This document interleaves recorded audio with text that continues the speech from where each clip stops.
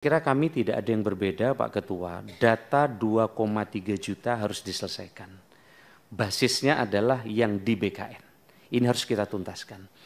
Soal tes tadi Bapak sekalian, itu hanya formalitas, 100% mereka diterima. Jadi sekali lagi tes ini formalitas untuk mendata ulang, jadi Bapak 100% diterima. Cuman bagi daerah yang tidak punya kemampuan keuangannya, dia tetap standby di paruh waktu. Bagi daerah yang sudah punya anggaran cukup, dia pasti di penuh waktu. Jadi baik yang paruh waktu maupun penuh waktu 2,3 juta tadi pasti dapat NIP.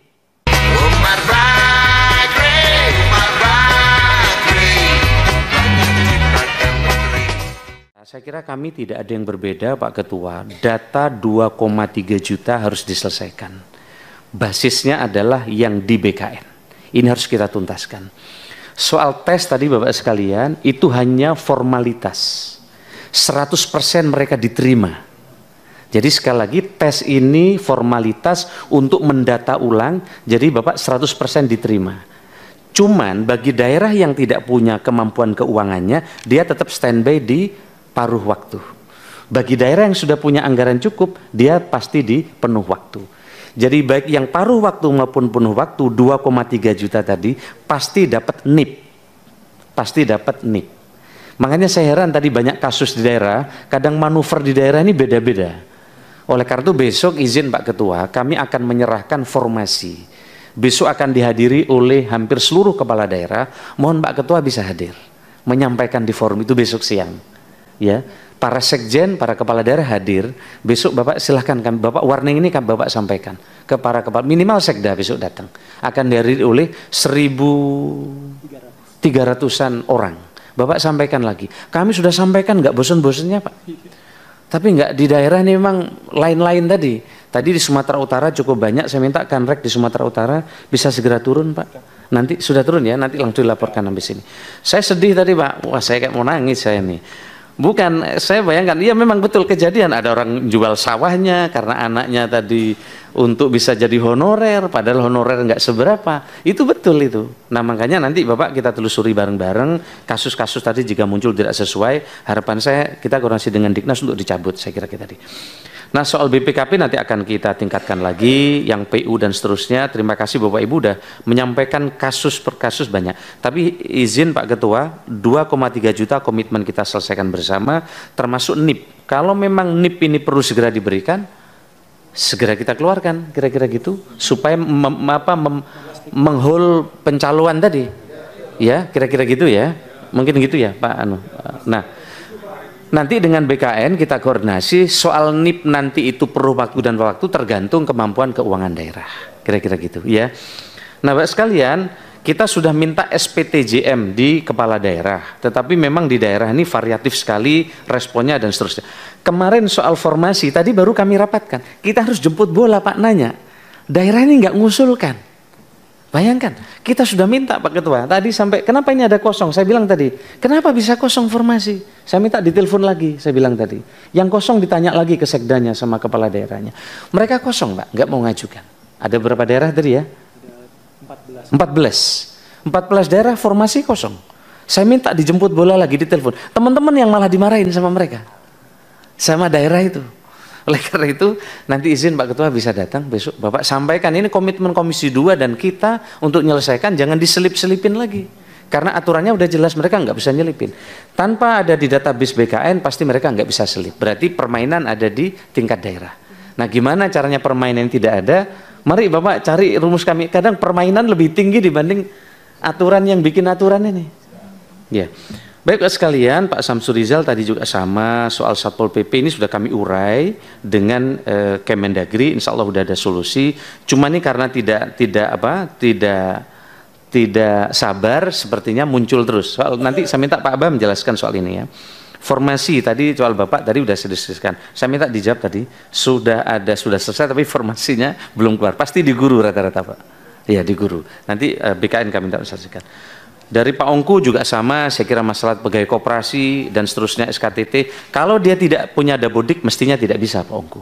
Ini menarik menurut kami di Sumatera Utara ini tidak ada dapodik. Kalau betul mereka tidak ada dapodik, mestinya tidak bisa diangkat jadi guru. Nanti kami akan minta penjelasan dari dari BKN.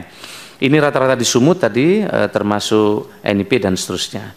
Data kami setuju Pak, data ini kita berbagi. Soal TNI Polri, jadi ini kami sedang urai Pak untuk terkait dengan resiprokalnya, maka di RPP-nya nanti akan kami tuntaskan. Terkait dengan Pak Mardhani Alisera, ya tadi ada masalah tadi soal jabatan apa tadi? Yang di Bekasi, analisis kebijakan. Analisis kebijakan ini memang harus ada kemampuan teknis. Tapi kalau memang kemampuan teknis harus dihapus, ini kan sudah 2 kali muncul di rapat bersama Komisi 2. Ya, kalau memang ini sudah dihitung Bapak sekalian, tidak perlu surat kemampuan teknis dan nanti akan menghilangkan kemampuan teknis, ya perlu kita bahas bersama Pak Ketua. Di forum ini tentu harus dihitung. Kami tidak ada kepentingan yang lain kecuali menjaga kualitas dari mereka yang diterima. Kemudian terkait dengan sama SKTT tadi Pak Mardhani Alisera, kemudian ya ini setiap daerah punya interpretasi yang kadang di luar aturan yang sudah kita buat. Progres THK 2 ini mestinya sudah jadi prioritas kita. Jadi nanti Pak Amin THK 2 pasti masuk ini, tidak mungkin tidak. Jadi kadang penerjemah di lapangan ini, kadang memainkan tafsir sehingga untuk mengeruk keuntungan. Kami ingin sampaikan kepada teman-teman, seluruh THK 2 pasti kita selesaikan di 2024. Begitu juga yang masuk database. Jadi teman-teman tidak perlu melakukan lobby, karena kalau database ada pasti diselesaikan dan teman-teman honorer pasti mendapatkan NIP. Tinggal apakah paruh waktu atau penuh waktu, kira-kira gitu. Di luar data BKN tadi masih menjadi PR yang nanti akan kita selesaikan bersama. Kami silakan Pak BKN untuk menyampaikan hal teknis tadi. Terima kasih Pak Menteri. Mohon izin Pak Pimpinan, ada beberapa yang perlu kami tambahkan terkait dengan apa yang disampaikan oleh Pak Menteri yang berkaitan dengan pertanyaan Pak Junimat tadi. Jadi untuk kasus Madinah dan 5 kabupaten kota di Sumatera Utara, Pak Pimpinan, itu sebetulnya sudah kita tandatangani. Jadi kita sudah koordinasi dengan Polda Sumatera Utara, sudah ditetapkan tersangkanya, kepala dinas dan pejabat yang terkait. Bahkan BKN pernah menerima surat dari pimpinan DPRD Provinsi Sumatera Utara, agar mereka yang kemarin diloluskan karena SKT itu memang nilainya 30% itu dibatalkan. Tapi sampai sekarang kabupaten tersebut tidak membatalkan, maka kami mengambil tindakan mereka tidak kita tetapkan nomor NIP-nya dulu, kita hold. Karena ini belum selesai. Yang lainnya tetap jalan. Ini dari sebagai bentuk pertanggungjawaban agar tidak menjadi kegaduhan. Sementara mereka sebetulnya kalau dilihat dari nilainya itu sebelum ada SKTT itu memang di bawah dari mereka yang seharusnya lolos karena mungkin SKTT-nya tidak bagus. Jadi ini yang pertama. Yang kedua kaitannya dengan kebocoran soal, kami sampai saat ini belum menerima pengaduan Pak Pimpinan. Karena soal itu sebetulnya sudah dieksekusi oleh BSSN. Jadi kami membuat bagaimana caranya supaya soal itu betul-betul aman dan pada saat itu dilakukan seleksi itu betul-betul hanya dari pihak-pihak BSSN dan pembuat soal yang tahu, yaitu konsorsium dari perguruan tinggi yang ditunjuk oleh Pak Menteri Pendidikan dan Kebudayaan. Kemudian yang ketiga, sewa laptop. Memang kita sewa laptop, tidak mungkin kita mempunyai laptop tersendiri yang jumlahnya di beberapa titik lokasi sampai ribuan itu, maka kita sewa. Tapi pada prinsipnya kita akan memformat ulang. Jadi tidak yang dikhawatirkan tadi kalau misalnya soalnya itu jadi bocor karena sewa laptop, kita sudah format ulang sehingga harapannya memang tidak akan ada lagi laptop-laptop itu yang mungkin sudah dimasukkan soal-soal atau yang ada upaya-upaya yang tidak benar dari beberapa pihak yang tidak bertanggung jawab. Dan ini sudah kita lakukan uji forensiknya sehingga insya Allah laptop yang kita sewa itu aman. Kemudian yang keempat, kaitannya dengan joki, memang selama ini masih ada upaya-upaya yang dilakukan untuk perjokian ini. Tapi karena kita sudah menggunakan face recognition, 2 kali kita gunakan ketika masuk dan ketika akan mulai tes, maka joki itu alhamdulillah bisa tertangkap. Nah, sehingga kalau misalnya tadi ada kembar 2 itu by system sebetulnya bisa kita tangkap, karena kembar pun mesti ada bedanya, ya ada bedanya.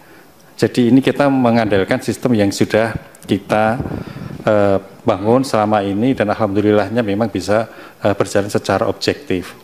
Nah, kaitannya dengan verifikasi validasi, kami laporkan Bapak Pimpinan, sebetulnya kita sudah melakukan verval berdasarkan dari surat edaran Menteri Pan-RB tahun 2022 bersama-sama dengan BPKP. Ada pembagian tugas, kalau BPKP itu berkaitan dengan kriteria berupa bukti pembayaran nominal gaji yang benar dan sah yang bersumber dari APBN atau APBD, termasuk yang dibayar dari dana BOS dan dana yang bersumber dari pengelolaan Badan Layanan Umum dan Badan Layanan Daerah. Ini yang menjadi fokus dari BPKP. Sementara untuk BKN, verval yang dilakukan itu ada 6 poin.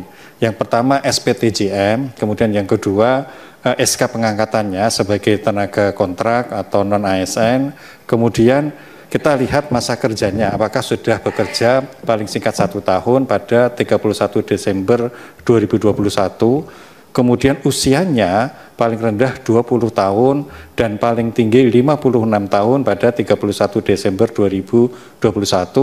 Kemudian kita lihat juga pendidikannya yang dibuktikan dengan ijazah, dan yang terakhir adalah jabatan-jabatan yang sesuai dengan SE Menpan. Jadi ini kita lakukan Bapak Pimpinan, dan kita selalu berkoordinasi dengan teman-teman di BPKP. Sehingga verval ini harapannya nanti untuk memastikan bahwa yang bersangkutan itu betul-betul memenuhi syarat untuk diangkat menjadi P3K. Kemudian tadi kalau misalnya ada rumor yang mengatakan BKN meminta kuota, insya Allah sampai saya ini nggak ada Bapak Pimpinan. Jadi mohon maaf, kami sering mencontohkan pimpinan BKN pun anaknya juga tidak lulus. Sehingga ini bisa terbukti bahwa tidak ada jatah dari BKN untuk memperoleh kuota pengangkatan sebagai calon aparatur sipil negara. Jadi ini tambahan kami, mungkin izinkan Bapak Pimpinan untuk kaitannya dengan mereka yang sudah lulus passing grade tetapi belum dapat diangkat menjadi PNS. Pertanyaan dengan Pak Gus itu mohon Pak Deputi Sinka atau Pak Deputi Mutasi, kami persilakan.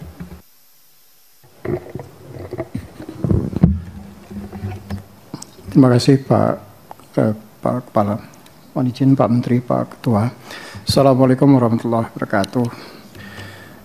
Dapat kami laporkan terkait dengan kasus yang tadi disampaikan oleh Pak Gus Pardikaus bahwa ini adalah pengangkatan P3K guru pada tahun 2021, Pak. Jadi pengangkatan guru P3K guru tahun 2021 itu menggunakan sistem UNBK, sistemnya Kementerian Dikbud. Nah, pada saat itu memang formasi untuk gurunya belum ditetapkan pada saat seleksi dilakukan. Sehingga mereka kemudian mengikuti seleksi dan lulus passing grade yang sudah ditetapkan. Nah, jumlah yang sudah lulus passing grade tadi karena formasi ditetapkan belakangan, maka kemudian mereka tidak semua yang lulus passing grade tadi bisa diangkat. Nah, yang formasinya memang tersedia dan gurunya ada yang juga lulus, maka mereka kemudian diangkat. Jadi pengangkatannya pada saat itu adalah berdasarkan guru yang lulus passing grade dan dia mengajar di sekolah itu, maka mereka diangkat. Guru yang kemudian datang dari sekolah lain, tapi dia mengambil formasi di sekolah itu, maka dia masuk dalam kategori P1. Nah, berapa jumlah P1? P1 itu artinya mereka sudah lulus passing grade tetapi belum bisa diangkat pada saat itu, di tahun 2021. Jumlahnya pada saat itu adalah 193.954 orang, seluruh Indonesia. Jadi, nah, tetapi kemudian ada kebijakan pada saat di tahun 2022, kebijakan Pak Menteri, maka mereka-mereka yang sudah lulus P1 tadi itu diprioritaskan untuk diangkat di formasi 2022. Tidak perlu tes lagi. Dan mereka yang kemudian sudah lulus itu, formasinya yang sudah diajukan oleh instansi pada tahun 2022 tersebut, itu sebanyak 130.432 orang. Itu sudah diangkat, yang dia tidak perlu lagi mengikuti tes di tahun 2022, karena formasinya sudah diusulkan oleh instansi. Artinya masih ada tersisa, karena yang jumlah seluruhnya 193, Dan yang diangkat di tahun 2022 130.000. Nah, di tahun 2023 kemarin kebijakan yang sama juga diperlakukan. Jadi mereka yang sisa dari P1 tadi itu kemudian diusulkan formasinya oleh instansi kembali di tahun 2023 tanpa tes lagi karena mereka sudah lulus P1. Maka jumlah yang diangkat di tahun 2023 sebanyak 47.975 orang. Nah, yang tentu masih ada sisa, Pak. Jadi sisanya sekarang itu adalah 15.547. Ini yang kita berharap di 2024 ini formasinya kemudian dituntaskan oleh teman-teman di instansi. Sehingga seluruh yang P1 sejumlah 193.000 tadi itu bisa diangkat keseluruhannya. Itu tambahannya Pak Kuspardi. Terima kasih.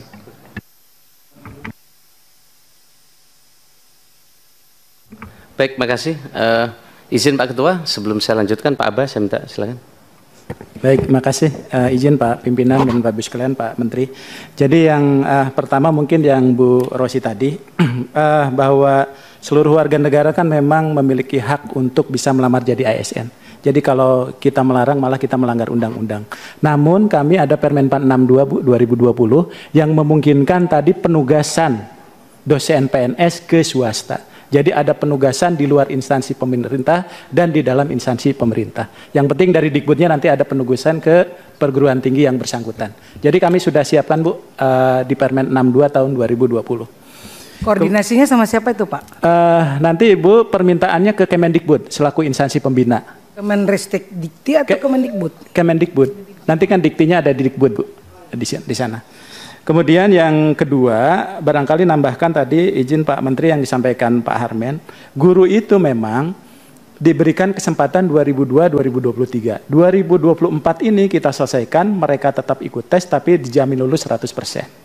Tapi mereka harus terdaftar.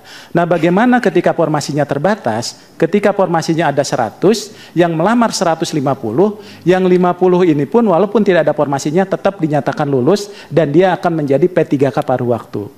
Kenapa harus kita ubah statusnya? Karena setelah Desember sesuai pasal 66 itu tidak boleh lagi ada status yang lain. Sehingga dia harus jadi P3K walaupun P3K paruh waktu yang sedang kita atur di dalam Permenpan Pak saat ini.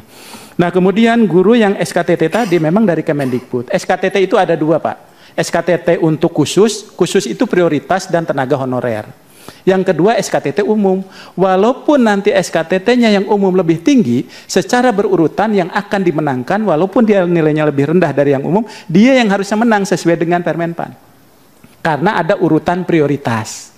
Jadi kalau saya misalnya nilainya 10, kemudian yang umum itu setelah SKTT 12, saya yang harus dapat.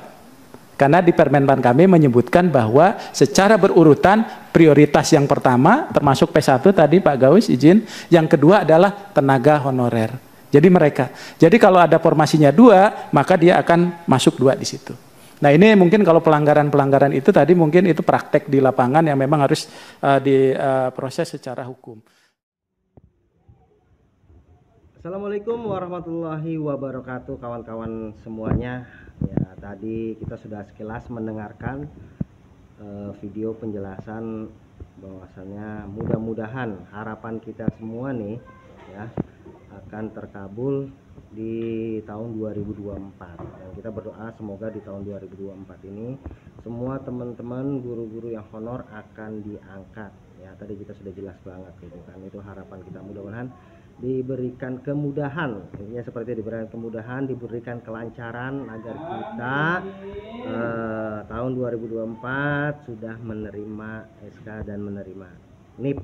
Nah, jadi tetap semangat, mudah-mudahan informasi yang diberikan ini bisa memberikan manfaat buat kalian semuanya ya. Oke, jangan lupa teman-teman dukung terus channel ini biar semakin berkembang.